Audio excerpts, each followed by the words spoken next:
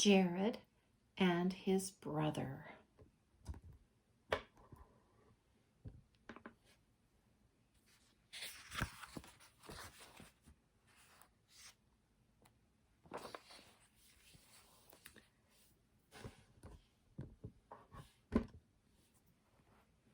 Long ago, when all the people of the earth spoke one language, Jared and his brother Mahanrai Moriankamer lived in the great city of Babel. The brothers loved the Lord, but most of the people in Babel were wicked. One day, the people of Babel began to build a tall tower. They wanted to climb to heaven and talk with God.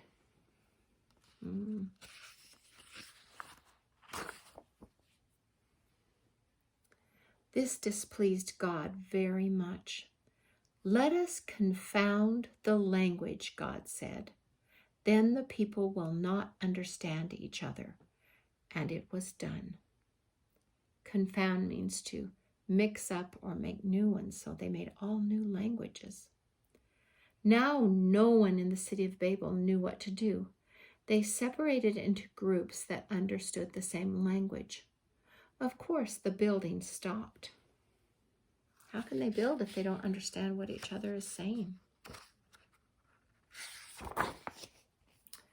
But Jared wanted his family and friends to stay together. "Cry unto the Lord," he said to his brother. "Ask that he not change our language." Mahanrai Moriankamer did as Jared asked, and the Lord answered his prayer. "Now ask the Lord whether he will drive us out of the land," Jared said. "If he wants us to leave, ask where we should go." Once more, Mahanrai Moriankamer prayed. "Gather thy flocks, the seed of the earth, thy families, and thy friends and their families," the Lord instructed. "When they are gathered, lead them into the valley northward. From there I will guide thee into a land which is choice above all the lands of the earth, and I will bless thee and thy seed, because this long time ye have cried unto me."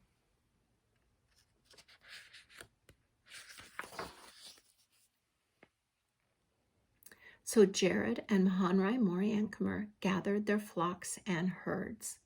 They gathered seeds from many plants. They gathered fish in a vessel.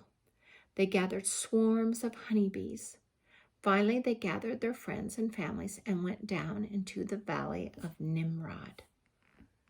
Ooh, I hope that beer isn't really that big. I think it just looks big because it's close. In Nimrod, the Lord spoke to the people from a cloud and guided them through the wilderness. When they had come to many waters, the Lord commanded them to build barges. Always they did as he commanded, and finally they reached the great sea. They pitched their tents and called the place Moriankamer. See, they're right by the sea and they have tents. The people lived on the seashore for 4 years. Then the Lord again came to Mahanrai Moriankamer in a cloud. For 3 hours the Lord chastened him for not remembering to pray. Mahanrai Moriankamer repented, and then he called upon the Lord for the sake of the people. The Lord said, "I will forgive thee and thy brethren of thy sins, but thou shalt not sin any more. If ye do, ye shall be cut off from the presence of the Lord." The Lord told Mahanrai Moriankamer that the people had not yet reached the promised land. That land was across the sea. The Lord said it was a choice land. He promised that those who lived there would be free from bondage if they would serve God and live righteously. Then the Lord instructed, "Go to work and build barges like the barges you made before." Mahanrai Moriankamer, Jared, and the others did as they were commanded. They built 8 barges. The walls of the barges were tight like a dish so that water could not get through. but there were two problems. "O Lord," Mahonri Moriancumer prayed, "I have made the barges, but in them there is no light, and in them we cannot breathe. Behold, thou shalt make a hole in the top of each barge, and also in the bottom. When thou shalt need air, unstop the hole at the top of the barge and receive air. If water comes in upon thee, ye shall stop the hole again."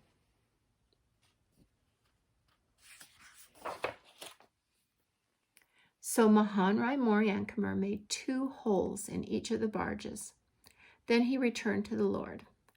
"O Lord," he prayed, "I have done as thou hast commanded, but there is still no light in the barges." This time, instead of telling him what to do, the Lord asked, "What should I do so that ye may have light in your vessels?" Mahonri Moriancumer thought about the problem and then went to the Mount Shelem. There he melted out of rock 16 small stones that were clear like glass.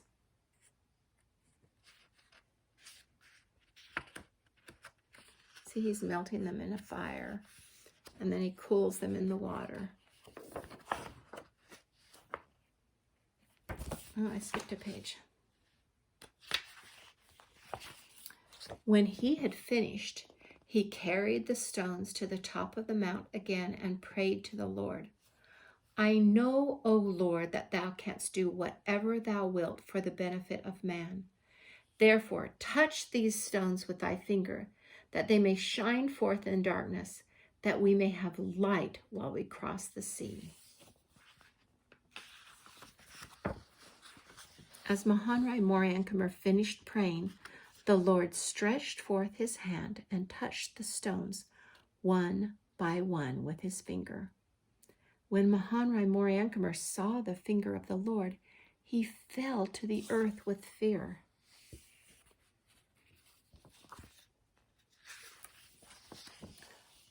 "Arise, why hast thou fallen?" the Lord said. "I knew not that the Lord had flesh and blood," Mahonri Moriancumer said. The Lord answered, "Because of thy faith thou hast seen that I shall take upon me flesh and blood. Didst thou see more than this?" "Nay, Lord, show thyself unto me." "Believest thou the words which I shall speak?" the Lord asked. Mahonri Moriancumer answered, "Yea, Lord, I know that thou speakest the truth, for thou art a God of truth and cannot lie. Because thou knowest these things, I show myself unto you." Then the Lord Jesus Christ showed his spirit body to Mahonri Moriancumer and taught him many marvelous things. He also gave him an instrument called the Urim and Thummim. The Lord told him to write things he had been taught and put them in a safe place with the Urim and Thummim. When Mahonri Moriancumer came down from the mountain, he put 2 of the stones the Lord had touched in each barge. At last the Jaredites had lights for their journey. Now they were ready to cross the great sea to the promised land.